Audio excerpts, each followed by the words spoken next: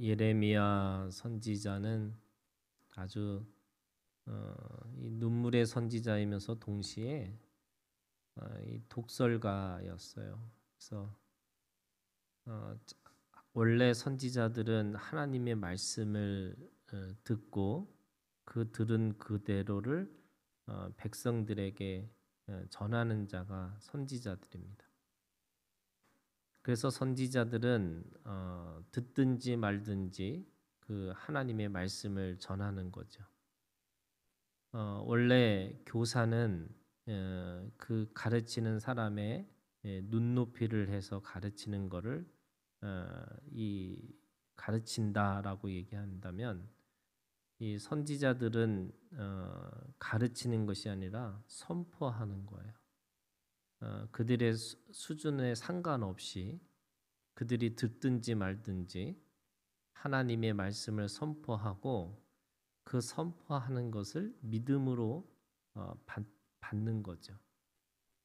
그것도 받든지 말든지예요.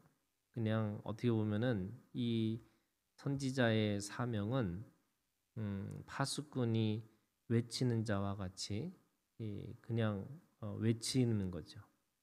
그래서 그 외쳐서 깨어 있는 사람은 듣는 거고, 깨지 못하면은 그 깨지 못하는 사람의 책임이라고 얘기하는 거예요. 오늘 이 이스라엘 백성들이 가지고 있는 죄가 있는데, 이게 크게는 일반적인 백성들의 죄가 있고요. 두 번째는 지도자들의 죄가 있어요. 그러니까 이 예레미야의 남유다가 멸망하는 시기에는 위나 아래나 다 썩었다는 거예요. 그러니까 어디에도 사실은 이 하나님의 남은 자들이 있을 수 없을 정도로 이 남은 자들이 찾아보기 힘들 정도로 위아래로 다 썩었는데, 오늘 말씀해 보면은 이 백성들이 가지고 있는 죄가 어떤 죄냐면 21절에 있는 말씀에 보면 어리석고 지각이 없으며 눈이 있어도 보지 못하며 귀가 있어도 듣지 못하는 백성, 이렇게 얘기해요. 그러니까 네 가지의 죄를 가지고 있어요. 이 어리석다라고 하는 거예요. 이 어리석다라고 하는 것이 로마서 1장에 있는 말씀에 보면 무지라고 그래요. 그러니까 무지라는 것이 죄예요. 근데 왜 무지가 죄냐? 원래 하나님이 말씀을 주신 것은 이스라엘 백성들에게, 모든 사람에게 들을 수 있는 말씀을 주셨어요. 그런데 그들은 그 말씀을 듣고도 무지한 거죠. 어리석다라고 얘기해요. 잠언이 지혜의 말씀이잖아요. 근데 하나님의 말씀을 들으면 그 말씀 때문에 지혜가 생기는 거예요. 원래 잠언이 가지고 있는 주제가 세 가지가 있는데 지식과 명철과 지혜예요. 지식이라고 하는 것은 과거에 모아둔 정보를 지식이라고 그러고, 그걸 가지고 현재 쓰는 거를 명철이라고 그러고, 미래를 내다볼 수 있는 걸 지혜라고 얘기해요. 하나님의 말씀은 놀라운 세상에 살아가는 이치에 대한 진리 지식을 우리에게 가르치고, 그 진리 지식 때문에 분별하고 판단하는 명철을 주셨고, 그러기 위해서 또 미래를 내다볼 수 있는 지혜도 우리에게 허락해 주신 거죠. 그런데 이스라엘 백성들이 그거를 말씀을 듣고도 어리석다, 이렇게 얘기하는 거죠. 그러고 나니까 어리석으니까 지각이 없다라고 그래요. 지각. 이 지각이라는 거가 뭐냐면 어떤 것에 대한 판단과 이 결정인 거죠. 그러니까 우리가 이 결정을 못하는 시대에 사는 것처럼, 내가 어떻게 해야 되는 겁니까? 라고 하는 것을 너무 힘들게 사람들이 결정을 못하니까 결정을 해주는 무당을 찾아가는 거예요. 무당은 분명하게 얘기하잖아요. 오른쪽으로 가라, 왼쪽으로 가라, 무엇이다 이렇게 얘기를 하는 거예요. 근데 이 결정을 할 수 있는 능력도 사실은 하나님이 주신 건데 사람들은 그 자기의 결정도 우유부단하게 하지 못하는 거죠. 그러니까 지각이 없어요. 그건 어리석음으로부터 오니까 지각이 없어요. 그러니까 눈이 있어도 보지 못한다라고 그래요. 눈이 있어도 보지 못한다라는 말은 이 보는 거가 시야가 좁아진 거예요. 그러니까 시야가 좁아졌다는 말은 자기 생각과 자기 입장만 바라보고 있는 거예요. 원래 하나님의 나라는 꿈과 환상과 예언을 하는 거잖아요. 그러니까 꿈을 꾸고 예언을 하고 환상을 보는 거예요. 하나님의 나라, 성령이 내게 임하시면 하나님의 나라가 보이기 시작하는 거고 그거는 이해되지 않고 설명되지 않는 하나님의 나라를 볼 수 있는 눈이 생겨요. 그런데 자기밖에 보이지 않는 거예요. 그러니까 어리석고 지각이 없으니까 어떤 거냐면 이 장님이 앞을 내다보면서 살아가는 것처럼 아무것도 보이지 않는 이 캄캄하고 어두운 세상 속에서 살아가는 사람들처럼 살아가는 거죠. 그리고 이게 이제 설상가상으로 귀가 있어도 듣지 못한다. 사실은 제일 먼저 중요한 게 뭐냐면 귀가 열리는 거거든요. 믿음이 시작은 들음에서 시작하는 거잖아요. 그래서 듣지 못한다는 거는 이게 치명적인 거예요. 그러니까 아무리 말을 해도 듣지 않는 이 닫힌 마음인데 이 닫힌 마음이라는 게 어떤 거냐면 고집과 회개하지 않는 마음이에요. 그러니까 아무리 말을 해도 그것이 그러니까 사실은 이게 어리석고 지각이 없고 눈이 보이지 않으니까 사실은 들리지도 않는 거죠. 이게 마지막에 이게 제일 먼저 귀가 열리는 거지만 사실은 결과적으로는 제일 불행한 것이 귀가 열리지 않는 거예요. 그러니까 귀가 열리지 않은 이 백성들 왜 그럴까? 왜 그런 일이 벌어질까라고 하니까 오늘 말씀해 보니까 22절에 이렇게 얘기하고 있어요. 너희가 나를 두려워하지 아니하느냐. 그러니까 하나님을 경외함이 무너졌다는 거예요.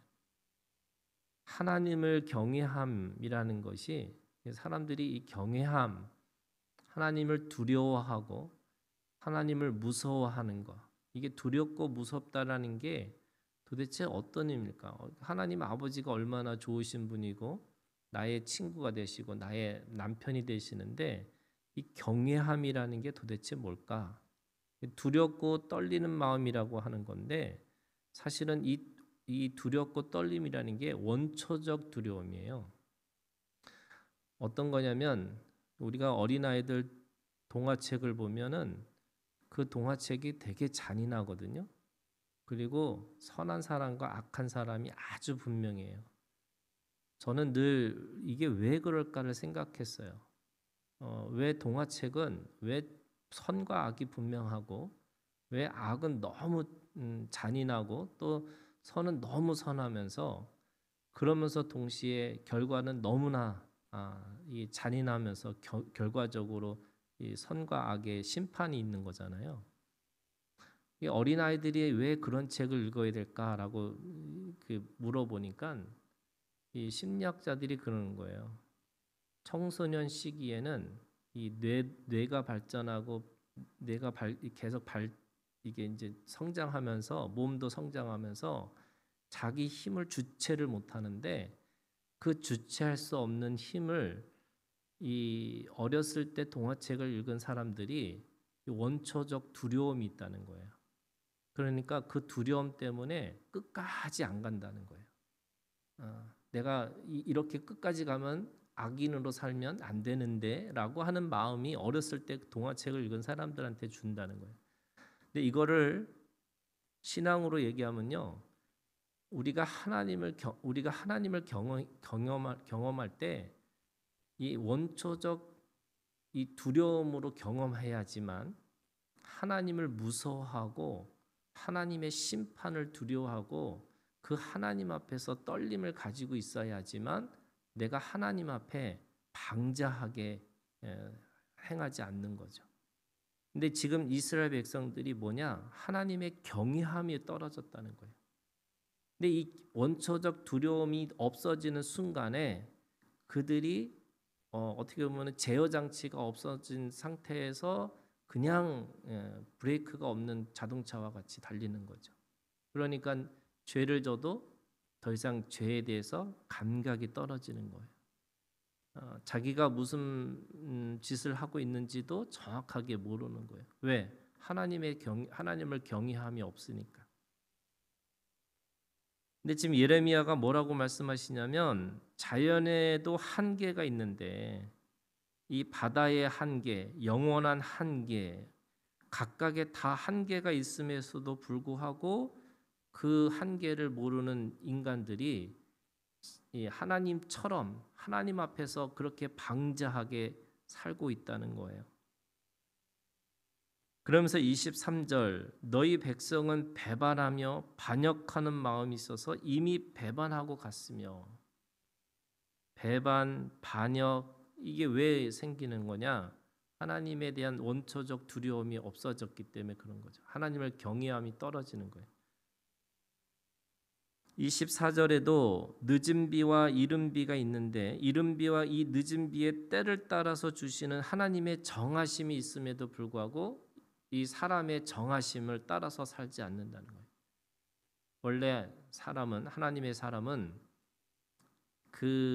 이 흙에다가 하나님께서 이 살아있는 것으로 만드시고 그 살아있는 것에다가 생기를 부어 주셔서 생명이 된 거거든요.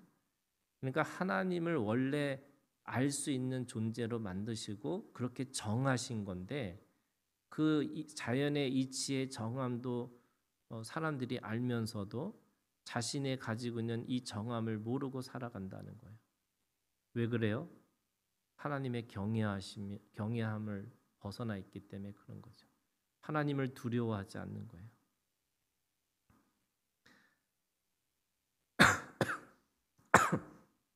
그 시대를 살고 있는 백성들에게 말씀하시는 거고요. 동시에 지금 31절에 있는 지도자들의 죄를 얘기하고 있어요. 선지자들은 거짓을 예언하고 제사장들은 자기 권력으로 다스리며 내 백성은 그것을 좋게 여기니 마지막에는 너희가 어찌하겠냐. 지도자들이 가지고 있는 게 뭐냐면 거짓이에요. 그리고 자기 권력이에요. 그러니까 지도자들이 거짓을 통해서 자기 권력을 유지하려고 하는 거죠. 그게 이름이 선지자고 이름이 제사장이지만 그 선지자와 이 제사장들이 하나님의 직분을 따라서 직분의 일을 하는 게 아니라 이 거짓과 자기 권력을 계속 추구하고 살아가는 거예요. 그러면서 어떤 일이 벌어졌냐면, 가장 결정적으로 26절에 있는 말씀에 내 백성 가운데 악인이 있어서 새 사냥꾼이 매복함과 같이 지키며 덫을 놓아 사람을 잡는다. 그러니까 지도자들이 어떤 일을 하냐면 사냥꾼처럼 사람을 잡는 일을 하는 거예요.